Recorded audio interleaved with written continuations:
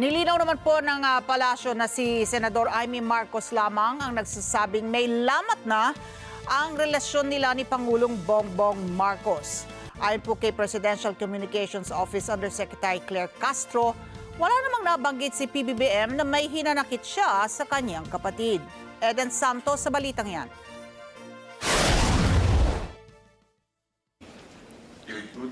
Lumilitaw na tila one-sided lang ang napapaulat na riff o away sa pagitan ni na Pangulong Ferdinand Marcos Jr. at kanyang ate na si Senator Amy Marcos. Sa press briefing sa Malacanang ay sinabi ni Presidential Communications Office Undersecretary Claire Castro na wala namang sinasabi si Pangulong Marcos na may hinanakit siya sa kapatid.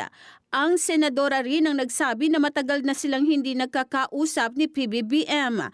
Iginiit ni Castro na tanging si Senator Amy lang ang nagsasalita ukol sa issue. As we can see from the statements of Senator Amy Marcos, it seems like there is.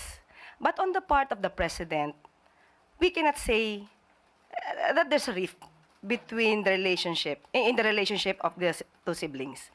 So, hintayin na lang po natin kung meron man sasabihin ng Pangulo. But sa ugali po kasi ng Pangulo, hindi po siya masyadong, alam niyo po yun, hindi siya pikon.